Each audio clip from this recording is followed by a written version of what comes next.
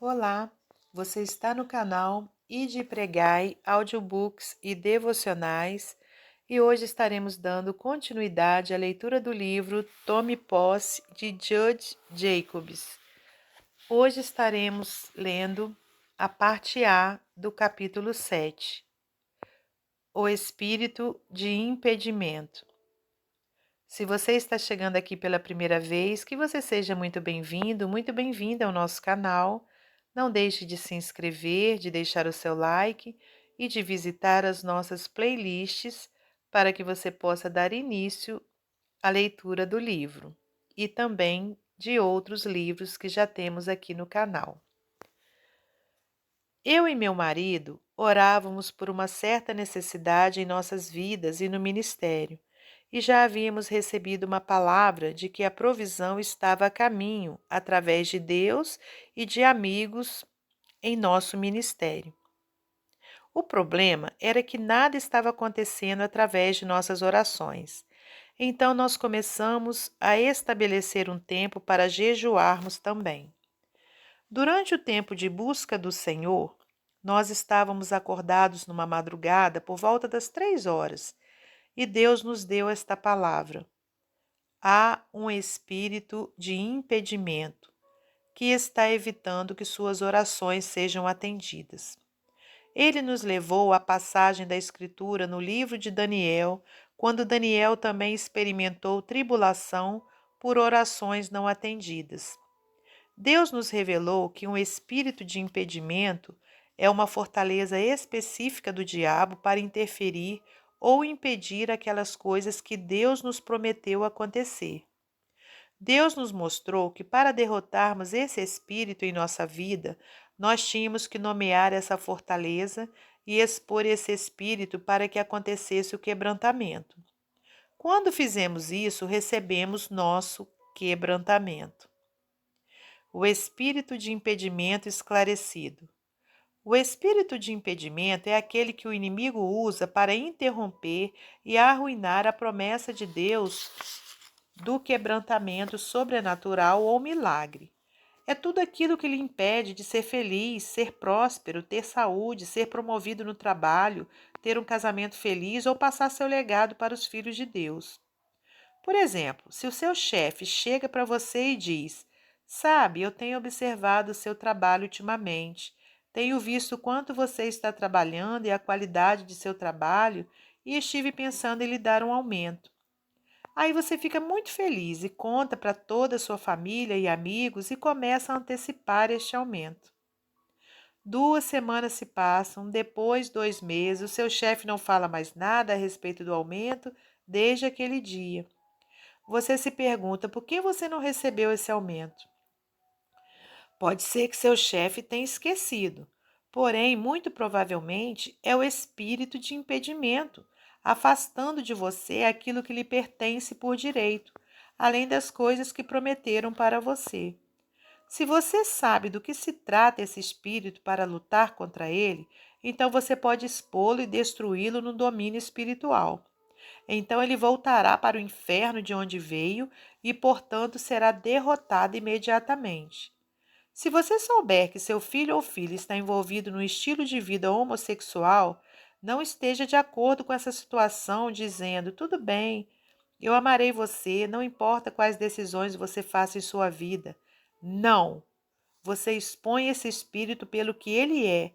Se é um espírito de promiscuidade, desejos não naturais ou um espírito de morte e destruição, enfrente-os com o sangue de Jesus em nome do Senhor e da palavra dele, atacando-os todos os dias através da oração e do jejum. Deus nos revela que esse espírito também é conhecido como espírito de obstrução. Num processo jurídico, nós entendemos que o termo obstrução à justiça significa que alguém está agindo por trás de uma prova, escondendo informações ou interferindo numa investigação ou operação policial. No mesmo sentido, o diabo, que é o autor do espírito de impedimento, mantém você longe daquilo que lhe pertence por direito. Se Deus já disse que lhe pertence, então lhe pertence. O plano de Satanás é parar a vontade de Deus e as promessas de Deus de serem realizadas em nossa vida.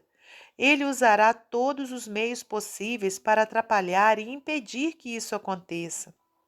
Tal qual o caso de Daniel, que quase desistiu de esperar após jejuar e orar por 21 dias. A boa notícia é que Satanás não pode parar o plano de Deus, porque, como você vê em Daniel, tardar não é falhar. Tarefas espirituais nos lugares celestiais.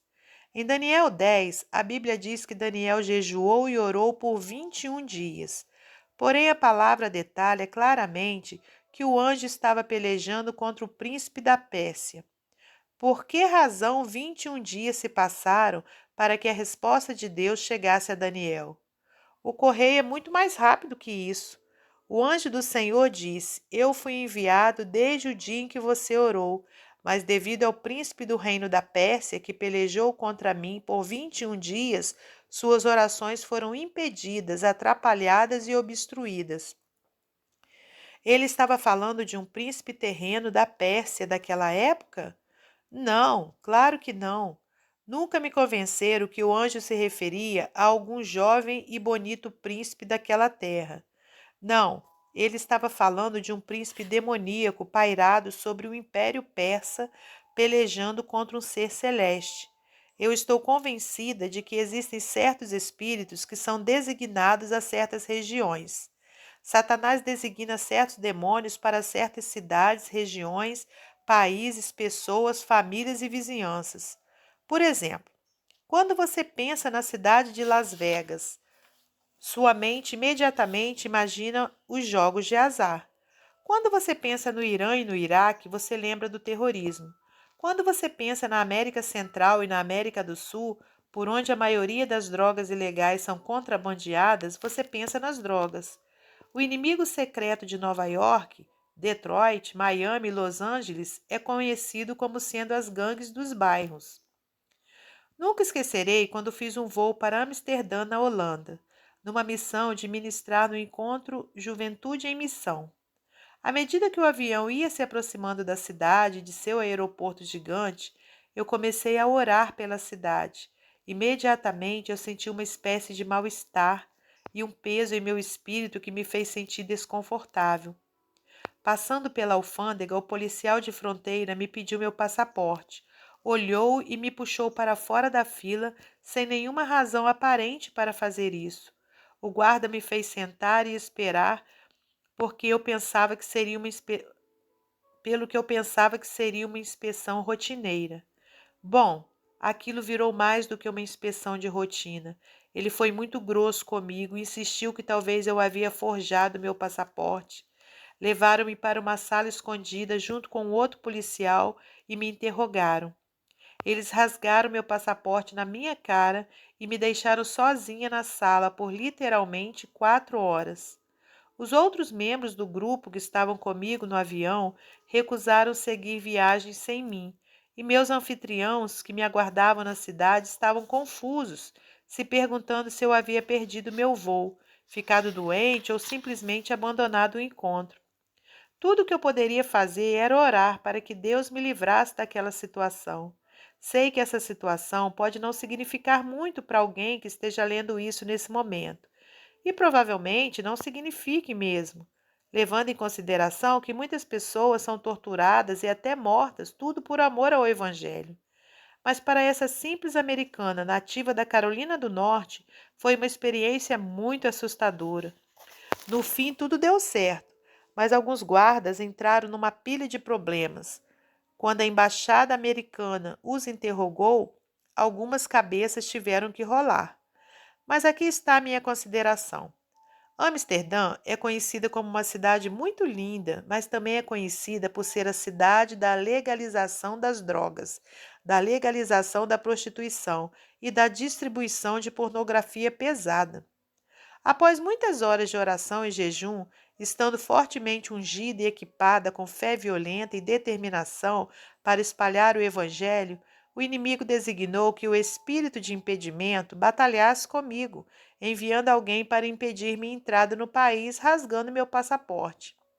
Era nesse momento que eu poderia facilmente cair nessa tática do inimigo e duvidar do chamado de Deus para ir àquele país, assim como Daniel duvidou que Deus iria atender a sua oração. A Bíblia diz: para que Satanás não alcance vantagem sobre nós, pois não lhe ignoramos os desígnios, segundo a Crônicas 2:11. Mas determinada a realizar o plano de Deus, eu fui além do esperado e me ocupei de fazer um estrago no reino das trevas. Esta parte da minha viagem provou ser a mais frutífera de toda a viagem. Eu vi viciados serem libertos, prostitutas aceitarem Jesus e a Igreja de Jesus Cristo foi grandemente fortalecida. Nós temos que ser muito rápidos em reconhecer as fortalezas do diabo para que possamos superá-lo expondo seus esquemas e truques. Feitores de histórias, mantenedores do céu. Ninguém pode negar a história, pois ela já aconteceu. No dia 20 de julho de 1969, às 22 horas e 56 minutos, Neil Armstrong, o primeiro homem a pisar na Lua, declarou: este é mais um pequeno passo para o homem e um salto gigantesco para a humanidade. Ninguém pode negar que levamos o homem à Lua. Ninguém pode negar que Abraham Lincoln foi nosso presidente. Está nos livros de história, está registrado. Quando uma profecia é declarada sobre sua vida, isso se torna história no céu. Não pode ser negada. Você não pode negar as profecias, pois elas já aconteceram nos céus e, portanto, vão acontecer no estado humano, natural. Ela está no livro da história celestial, está registrado. Quando Isaías profetizou: eis que a virgem conceberá e dará à luz um filho e chamará o seu nome Emanuel, isso foi imediatamente colocado nos registros celestes. E nós sabemos que a profecia acontece porque Jesus Cristo vive em nosso coração como resultado de seu nascimento, morte, sepultamento e ressurreição. Jesus profetizou no Evangelho de Mateus: e ouvireis de guerras, de rumores de guerras. Olhai, não vos assusteis, porque é mister que isso tudo aconteça, mas ainda não é o fim. Porquanto se levantará nação contra nação, reino contra reino, haverá fomes, pestes, terremotos em vários lugares. Mateus 24, 6 ao 7. Muitas outras coisas virão sobre a face da terra diante da sua volta. Algumas das profecias bíblicas a respeito da volta do Senhor já estão acontecendo, e nós sabemos disso. Jesus está de pé no abismo dos céus, esperando pelo sinal do Pai para cumprir sua promessa final. Quando Deus fala uma palavra, ela é cumprida. Se você já recebeu uma profecia, então agarre essa promessa, que certamente acontecerá e caminhe nela, pois essa já foi dita e registrada na história celestial.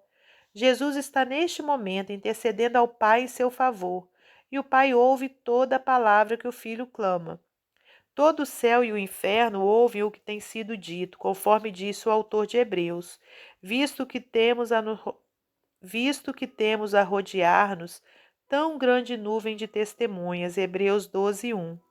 Portanto, a profecia que lhe foi dita deve acontecer porque o inimigo não pode negar a história, e o céu continua a registrar. Uma outra estratégia do inimigo é fazer você pensar que suas orações não estão sendo ouvidas, que Deus não ouve nem atende sua oração. Eu vou desenvolver mais isso no próximo capítulo, mas por agora, vamos ver o que o anjo disse a Daniel. Desde o primeiro dia foram ouvidas tuas palavras. Daniel 10, 12. Em outras palavras, no primeiro dia que as palavras são pronunciadas de sua boca, elas são ouvidas no céu. Na primeira vez que você orou para sua família ser salva, Deus ouviu a sua oração, pois a palavra de Deus declara: crê no Senhor Jesus e será salvo tu e tua casa. Atos 16, 31. No primeiro dia que você orou para ser curado, a palavra diz: enviou-lhes a sua palavra e os sarou. Salmos 107, 20. Não importa como você se sente ou o que possa parecer, tenha fé. Deus ouve suas orações.